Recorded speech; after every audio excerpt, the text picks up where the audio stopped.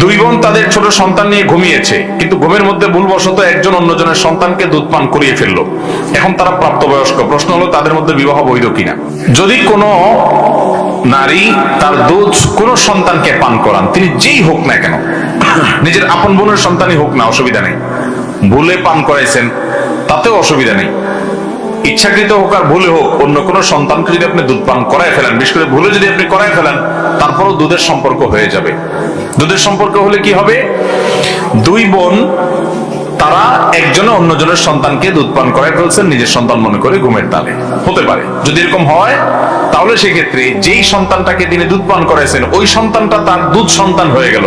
দুধ সন্তান হওয়ার কারণে এই ভদ্র মহিলা তার নিজের যে পেটের সন্তান যারা দুধ পান করছে তাদের সাথে এই দুধ পান করা বাচ্চাটার ভাই বোনের সম্পর্ক হয়ে গেছে।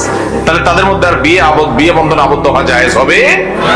এমনি খালাতো ভাই বোন বিয়ে তো জায়েজ আছে, কিন্তু যেহেতু একই মায়ের দুধ দুজন মিলে পান করছে, জন্য দুধ ভাই বোন হয়ে গেছে, যার কারণে তাদের মধ্যে বিবাহ আর হবে না, জায়েজ হবে।